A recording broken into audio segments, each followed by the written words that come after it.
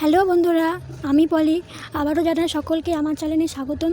তো আজকে আমি একটা অন্যরকম নতুন ডিজাইনের লটকন তোমাদের সাথে শেয়ার করতে চাই। তো প্রথমে দেখো, আমি চারকোনা করে দুটো কাপড় কেটে নিয়েছি। দু ভাজে ভাঁজ করে নেওয়ার পর এটাকে আমি গোল করে কেটে নিলাম। তারপরে এটাকে স্টারের মতো একটা আকৃতি করলাম। দেন আগে থেকে কেটে রাখা ওই চারকোনা কাপড়ের ওপর আমি স্টার খুব একটা ফুলের মতো বলা যেতে পারে, তো ওটাকে কাপড়ের ওপরে রেখে চারিধার সেলাই করে নিলাম। সেলাই করে নেওয়ার পর বাড়তি যে কাপড়টা ছিল সেটা আমি কেটে নিলাম। চাইলে তোমরাও এটা বাড়িতে ট্রাই করতে পারো। আমি এই লটকনটা এর আগেও বানিয়েছি, কিন্তু ওটা অন্যরকম নিয়মে, অন্যরকম টিপসে বানিয়েছি। তো দেখো, এটাও খুব সহজ পদ্ধতি।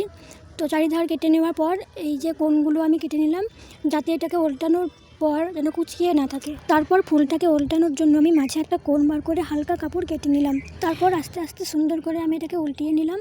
আর উল্টানোর পর এই যে কোণগুলো আমি স্ক্রুড্রাইভারের সাহায্যে উল্টে নিলাম। তোমরা চাইলে গজাল দিয়ে কিংবা ডাকিচু দিয়েও এটা করতে পারো।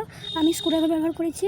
তো প্রতিটা কোণ ঠিক করে নিতে হবে। এই লটকনটা বানাতে হয়তো বেশিক্ষণ সময় লাগে না, তবুও মন দিয়ে ভালোবেসে কোনো কাজ করলে খুব তাড়াতাড়ি হয় আর ভালোও হয়।